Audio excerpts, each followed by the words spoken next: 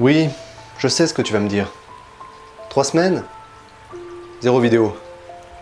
Non mais attends, mais je peux t'expliquer, mais après j'étais pas mal occupé, hein. Non, je te jure. Je suis désolé, putain. Alors j'avoue que j'ai un petit peu délaissé YouTube, mais je vais essayer de me rattraper. Je t'avoue que j'étais sur d'autres projets et j'ai complètement délaissé les vidéos. Mais j'ai envie de te retrouver aujourd'hui avec une nouvelle vidéo qui j'espère va t'intéresser. Comment dresser le portrait psychologique d'une personne en 3 minutes. T'arrives dans une soirée, tu vois des gens au fond de la salle. Comment faire en sorte de comprendre qui ils sont? Il y a un peu plus d'1 an, j'ai parlé de justement comment cerner les émotions d'une personne en observant son langage non verbal. Et là, l'idée, c'est de comprendre vraiment le système de pensée de la personne. Et plus précisément, du tempérament d'une personne. Comment comprendre comment fonctionne le tempérament d'une personne? Déjà, il faut définir ce que c'est qu'un tempérament. Le tempérament, c'est la partie naturelle de la personnalité, c'est quelque chose qu'on a en nous depuis qu'on est tout petit. Et contrairement au comportement et au caractère, c'est quelque chose qui ne va pas forcément bouger dans la durée. C'est beaucoup lié aux valeurs, aux attitudes, et c'est vraiment ancré en nous depuis des années, quoi. Toute notre construction psychologique est faite sur notre tempérament. Et ce qu'il faut comprendre, c'est que ces recherches de tempérament ont été effectuées par David Kairzay sur les travaux de Carl Gustav Jung. Et donc aujourd'hui, on va parler de MBTI, qui est un système qui permet de découvrir les types de personnalités des personnes. Et l'idée en fait de cette vidéo, c'est vraiment de chercher à comprendre comment pensent les personnes et plus précisément, comment déjà reconnaître le tempérament d'une personne et comment communiquer ensuite avec ce type de tempérament. Selon David Kairzay, il y a donc 4 types de tempéraments et on va voir précisément comment communiquer et comment reconnaître ces types de tempéraments. On y va. Tempérament numéro 1, les analystes ou rationnels, les NT. Selon la typologie du MBTI, les N, ça veut dire intuition, et les T, ça veut dire pensée. Les analystes ou rationnels sont donc des intuitifs pensifs, c'est-à-dire que c'est des personnes qui vont analyser les choses déjà dans la globalité. Si tu vas en soirée, que tu vois une personne qui est rationnelle, ça va être une personne qui va paraître dans un premier temps peut-être un peu froide. Une personne qui va beaucoup penser en termes de théorie, c'est une personne rationnelle donc, et c'est une personne donc qui ne va pas rentrer dans les détails. Les intuitifs, ils ont ça en commun, c'est que ils vont vouloir aller très vite dans leur sujet de conversation. Quand ils vont communiquer avec toi, ils vont pas chercher à comprendre ou quoi ou qu'est-ce. Ils veulent juste déjà savoir si tu es quelqu'un de compétent ou non, et à partir de là, discuter avec toi de sujets précis sans rentrer dans les détails. C'est ce qui gave en général les intuitifs, c'est de rentrer en fait dans le détail des explications et ils veulent pas chercher à décortiquer en fait en discutant avec quelqu'un, ils veulent pas chercher en fait à préciser leurs pensées, il faut que ça aille très vite et c'est donc des personnes qui vont porter, on va dire, un jugement rapidement sur les gens ou sur les choses. Et c'est comme ça que tu vas les reconnaître, c'est des personnes qui sont claires et concises, qui vont chercher à communiquer rapidement avec les gens sur des pensées sans rentrer forcément dans les détails techniques, mais en discutant de choses qui sont quand même pointues. Pour eux, leur pensée, elle est très claire et l'idée, c'est de faire en sorte qu'elles aient l'impression que justement, les idées dont vous allez parler sont très claires pour toi aussi. Et c'est justement comme ça que tu vas pouvoir communiquer avec eux. C'est en partageant des sujets qui vont leur permettre de réfléchir, de comprendre par exemple comment le coronavirus est arrivé selon toi. Pour eux, ils vont avoir une idée claire sur la question. Le coronavirus est arrivé parce que... Voilà. Ils vont te donner peut-être leur point de vue un petit peu plus en détail, mais ils vont pas rentrer forcément dans l'analyse technique point par point. Donc c'est des personnes qui ont un avis tranché sur les questions et qui vont être capables d'analyser les situations globalement très rapidement. Donc si tu rencontres des analystes ou rationnels, donc les NT, tu vas avoir peut-être l'impression dans un premier temps que c'est des personnes froides, distantes, pragmatiques et pas forcément très loquaces. Alors que c'est des gens qui n'aiment juste pas discuter pendant des heures pour expliquer leurs pensées. Voilà ce que je pouvais dire sur le premier tempérament.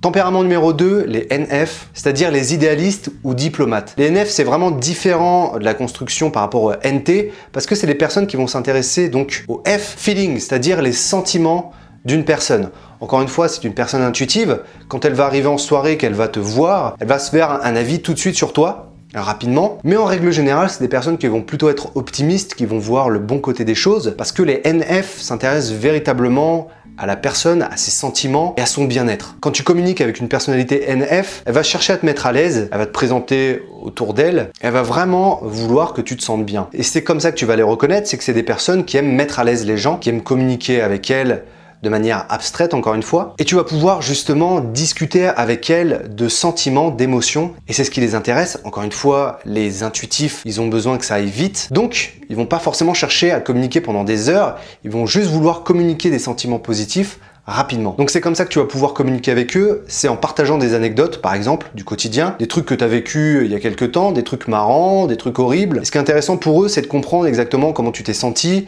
quelles ont été les sensations que tu as ressenties à l'instant T, sans forcément rentrer encore une fois dans les détails. Et c'est des gens qui sont feel good, qui vont chercher à comprendre qui ils sont au fond d'eux, des personnes qui sont intéressées en général par le développement personnel. C'est des personnes qui sont vraiment centrées sur ça, sur les émotions d'elles-mêmes et des gens en face d'eux. Tempérament numéro 3, les sentinelles ou gardiens. SJ. Là, on part totalement sur autre chose. Le S, déjà, c'est pour sensation. C'est-à-dire que là, les personnes sont complètement à l'opposé des intuitifs. C'est que là, elles ont besoin d'idées concrètes. Elles ont besoin de savoir qui tu es, par exemple, dans le détail. Quand tu expliques quelque chose, il faut que ça soit point A, point B, point C, point D, tu vois. Il faut vraiment qu'il y ait une structure pour qu'elles comprennent les idées, même abstraites. Il y a certaines personnes qui pourraient penser que c'est des gens qui sont un peu plus longues à la détente, mais c'est juste que pour tirer des conclusions, elles ont besoin d'avoir plus de détails, contrairement aux intuitifs. La particularité des SJ, c'est qu'elles s'intéressent aux valeurs des gens. Elles s'intéressent précisément à qui sont les gens et comment elles se comportent avec les autres personnes. Je m'explique. Imaginons que tu arrives en soirée, tu rencontres un SJ, donc un sentinelle, elle va chercher à savoir exactement qui tu es dans le détail avant de pouvoir te faire confiance. Elle veut vraiment savoir qui tu es concrètement et c'est des personnes qui vont chercher beaucoup le sentiment de sécurité. C'est pour ça qu'elles vont chercher à communiquer avec toi beaucoup, comprendre qui tu es, donc ils vont adorer déjà dans un premier temps que toi tu te livres, que tu rentres dans les détails de ce que tu ressens, de ce que tu penses, pour qu'elles se fassent une idée concrète de qui tu es. Donc elles vont mettre beaucoup de temps quand même avant de faire confiance aux gens, c'est pour ça qu'on dit gardien, parce que vraiment elles cherchent à garder, à préserver leur sécurité, et en général c'est des personnes qui vont beaucoup jouer dans les actions collectives, qui vont s'engager par exemple dans des associations, du moment que justement elles se retrouvent au niveau des valeurs dans ces associations. Donc comment les reconnaître? C'est tout simplement en cherchant à comprendre qu'est-ce qu'elles veulent savoir de toi. Si elles te posent des questions sur tes valeurs, sur ce que tu fais dans la vie, sur ce que tu aimes, tu vas savoir que cette personne est peut-être une SJ parce qu'elle cherche à savoir précisément qui tu es pour pouvoir se construire une idée précise de la personne que tu es précisément. Voilà, j'espère que ça commence pas à être compliqué. Comment communiquer avec elle? Il faut tout simplement parler de ta vie, de tes valeurs, je l'ai encore dit, je me répète, et ça les dérange vraiment pas que tu rentres dans les détails, que tu expliques des anecdotes précisément, ce qui s'est passé dans ta vie dans telle ou telle situation, et comment ça a construit ta pensée dans cette situation précisément. Tempérament numéro 4, les artisans ou explorateurs. SP. Les explorateurs, c'est les gens que tu vas rencontrer qui aiment faire des choses et qu'on reconnaisse ce qu'ils font. C'est des personnes, donc, encore une fois, qui sont dans le concret. La différence entre les SP et les SJ, c'est que les SJ vont chercher à savoir quelles sont tes valeurs. Les SP s'intéressent vraiment aux sensations. Ils sont vraiment à la recherche de savoir ce que tu aimes faire dans la vie. Pas forcément ce que tu es, mais ce que tu aimes faire.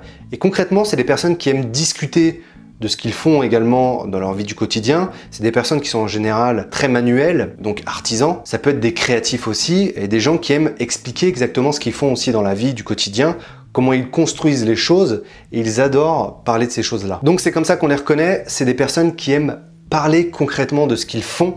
Ils adorent ça, ils adorent expliquer précisément comment se font les choses. Et donc en général, c'est les artistes, ils peuvent être comme ça, qui aiment structurer leurs pensées encore une fois, et qui ont aussi, quelque chose de très important, un goût très prononcé pour leur liberté. C'est des personnes qui aiment beaucoup penser librement, et qui vont avoir tendance d'ailleurs à faire les choses jusqu'au dernier moment, qui vont avoir une pensée créative, très manuelle, et donc très tournée vers les sensations concrètes. Et c'est exactement comme ça que tu dois communiquer avec eux, c'est en sachant exactement ce qu'ils font dans la vie, quelles sont leurs passions et comment précisément ça se passe dans leur vie du quotidien. Tu peux leur poser des questions toutes simples. Qu'est-ce que tu fais dans la vie? Explique-moi concrètement comment ça se passe. En général, quand tu rencontres des gens qui sont très manuels, etc., c'est des personnes qui vont être SP parce que c'est des personnes qui aiment être en contact avec l'environnement et expliquer de manière concrète qu'est-ce qu'ils font dans la vie. Donc comme tu peux le voir, il y a certains traits qui sont un petit peu communs entre certaines personnalités. Il faut un petit peu de temps justement pour comprendre les gens dans le détail comme ça, savoir dans quel type de tempérament ils sont. Mais tu verras que finalement, pas si compliqué et tu vas avoir des automatismes qui vont s'installer rien qu'en observant les gens, quoi. Et je sais que cette vidéo peut peut-être paraître un petit peu floue pour l'instant, mais n'hésite pas si tu es passionné par l'idée de comprendre les gens, d'aller voir mes 7 leçons de call reading, qui est un e-book que j'ai sorti il y a quelques temps qui permet de comprendre les gens rapidement par déduction avec des exercices très concrets. En plus de ça, j'ai rajouté une petite formation sur la MBTI qui vont te permettre justement de pouvoir approfondir ses connaissances et de pouvoir comprendre justement comment mettre en place ce genre de vidéo. Oui, je sais, ça fait beaucoup d'informations tout ça. En tout cas, j'espère que cette vidéo t'a plu, on se retrouve très bientôt et... Hey! Salut! Et tu peux rejoindre notre école d'intelligence sociale. Je t'explique dans la description.